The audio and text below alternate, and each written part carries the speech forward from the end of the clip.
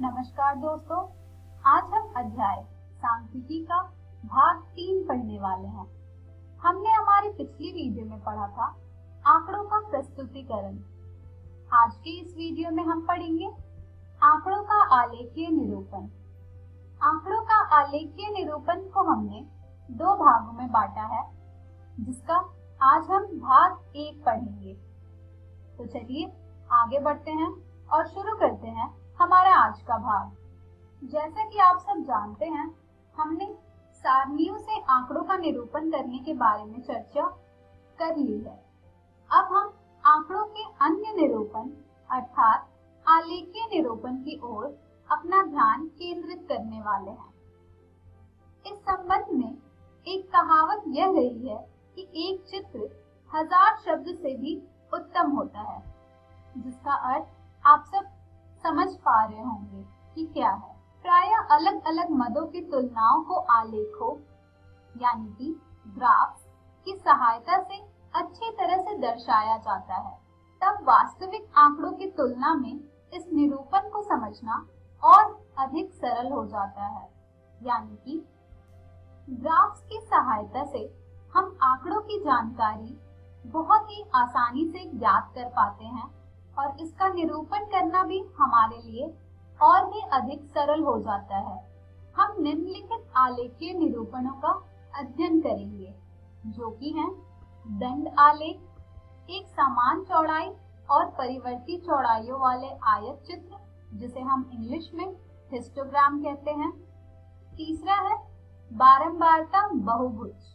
तो चलिए अब हम एक एक करके इन तीनों आलेखीय निरूपणों के बारे में जानकारी प्राप्त करेंगे। सबसे पहले हम जानेंगे दंड आलेख के बारे में। तो चलिए शुरू करते हैं।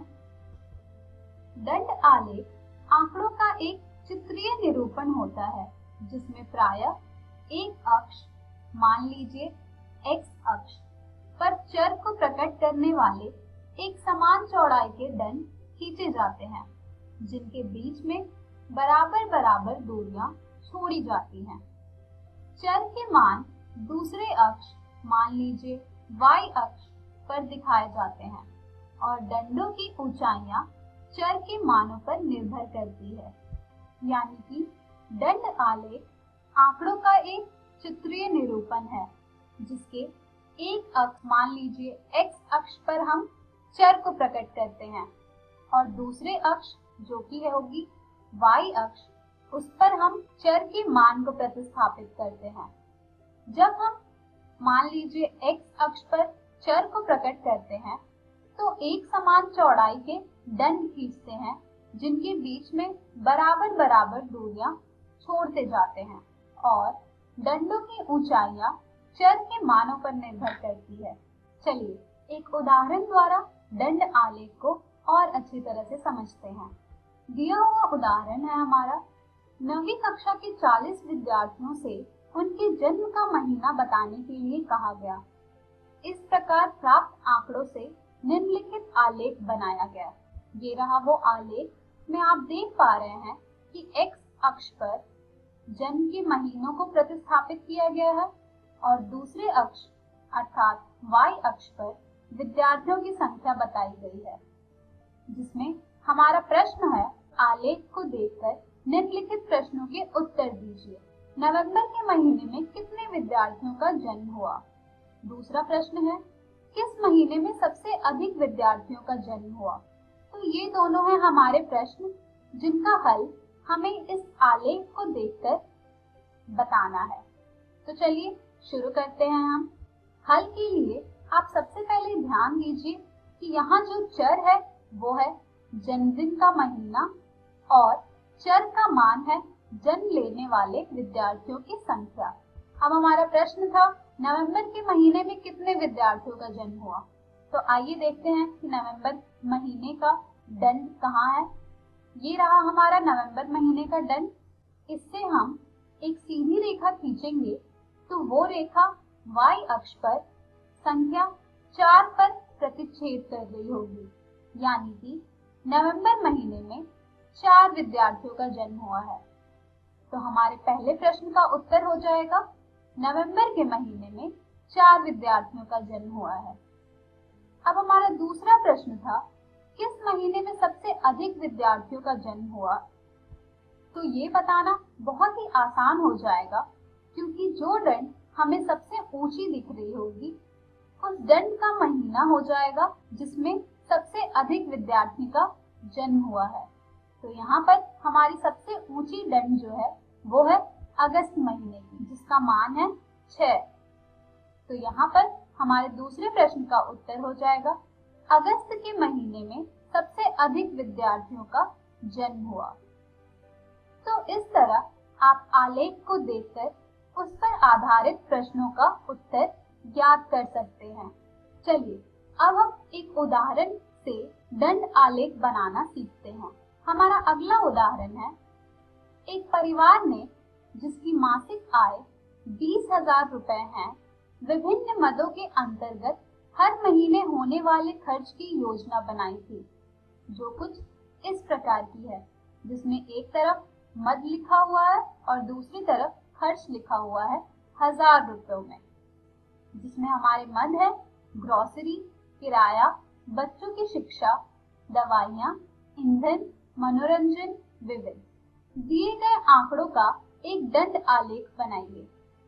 तो चलिए अब हम इन आंकड़ों को देखकर दंड आलेख बनाते हैं। हम इन आंकड़ों को दंड आलेख निम्नलिखित चरणों में बनाते हैं। ध्यान दीजिए कि दूसरे स्तंभ में दिया गया मात्रक यूनिट 1000 रुपए में है, अतः ग्रोसरी परचून का सामान में के सामने लिखा अंक 4 का अर्थ 4000 रुपए है। जैसा कि मैंने बताया था अभी, यहाँ पर जो हमें मद दिए हुए हैं उसके बगल में जो खर्च लिखा हुआ है उसका अंक 4 है, लेकिन ये जो खर्च है वो 1000 रुपयों में है। तो ग्रोसरी के सामने लिखा अंक 4 का अर्थ हो जाएगा 4000 रुपए।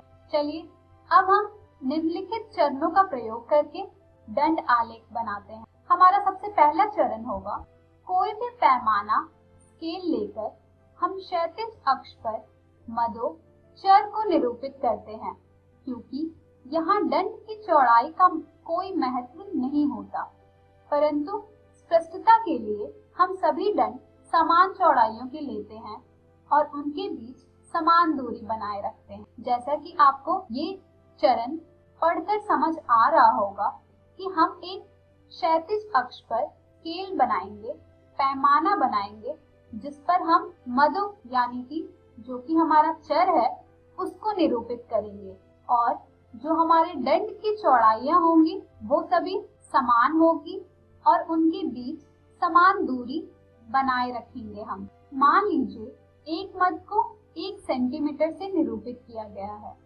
चलिए अब हम ग्राफ पेपर पर क्षैतिज अक्ष पर मदों को निरूपित करते हैं। ये रहा हमारा ग्राफ पेपर, जिसमें हम क्षैतिज अक्ष पर मदों को निरूपित करेंगे।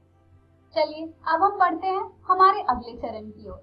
हमारा दूसरा चरण है, हम खर्च मूल को ऊर्ध्वाधर अक्ष पर निरूपित करेंगे। क्योंकि अधिकतम खर्च 5000 है, इसलिए हम पैमाना एक मात्रक बराबर 1000 रुपए ले सकते हैं। अब हम ऊर्ध्वाधर अक्ष पर खर्च को निरूपित करेंगे। क्योंकि हमारा अधिकतम खर्च 5000 रुपए है, तो हम जो हमारा पैमाना है, स्केल है, एक मात्रक मान लेंगे कि 1000 रुपए है। ये देखिए ग्राफ पर हम ऊर्ध्वाधर अक्ष बनाएंगे, जिस पर हम निरूपित करेंगे खर्च को, जो कि होंगे हमारे 1000 रुपए में। और ये रहा हमारा पैमाना, जिसका अधिकतम खर्च है 5000 रुपए, यानी कि ये हमारा पैमाना है वो 5 मात्रक तक बनाया हुआ है।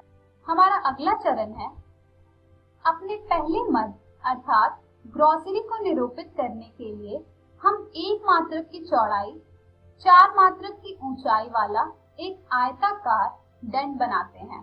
क्योंकि हमें जो आंकड़े दिए हुए हैं उनमें सबसे पहला जो मद है वो है ग्रोसरी, जिसका खर्च 4000 रुपए है। तो हम ग्रोसरी मद को ग्राफ पर निरूपित करने के लिए हम एक आयताकार दंड बनाएंगे जिसकी चौड़ाई होगी 1 मात्रक और ऊंचाई होगी 4 मात्रक। तो ये देखिए, जो कि कुछ इस प्रकार से दिखेगा। ये है हमारा ग्रोसरी के लिए आयताकार दंड, जिसका चौड़ाई है 1 मात्रक और लंबाई है 4 मात्रक। इसी तरह आप और भी सभी मदों को निरूपित करेंगे क्षैतिज अक्ष पर। जब आप सभी मद को निरूपित कर लेंगे तो आपको जो आलेख मिलेगा वो कुछ इस प्रकार का होगा। ये देखिए, ये हमने बना लिया दंड आलेख, जिसमें आप देख पा रहे हैं कि क्षैतिज अक्ष पर सभी मदें हैं और ऊर्ध्वाधर अक्ष पर खर्च है 1000 रुपए में। पर जब हम सभी मदों को निरूपित करेंगे तो हमें कुछ इस प्रकार का आलेख मिलेगा। इस तरह के और भी प्रश्न आपको आपकी एनसीईआरटी पुस्तक में मिल जाएंगे, जिन्हें आप जरूर निरूपित करें। चलिए अब हम बढ़ते हैं आयत चित्र की ओर। आयत चित्र क्या होता है? आयत चित्र भी एक तरह का आलेखीय निरूपण है। यह संतक वर्ग अंतरालों के लिए प्रयुक्त दंड आलेख की भांति निरूपण का एक रूप है। जैसा कि आप इस उदाहरण में देख सकते हैं, इसके जो वर्ग अंतराल होते हैं वो संतत होते हैं। बाकी और भी जानकारी आयत चित्र के बारे में हम हमारी अगली वीडियो में करेंगे। तब तक के लिए आप दंड आलेख पर आधारित प्रश्नों का निरूपण कीजिए। आज के इस वीडियो में हमने सीखा आंकड़ों का आलेखीय निरूपण भाग 1। हम हमारी अगली वीडियो में जानेंगे आंकड़ों का आलेखीय निरूपण भाग 2। धन्यवाद।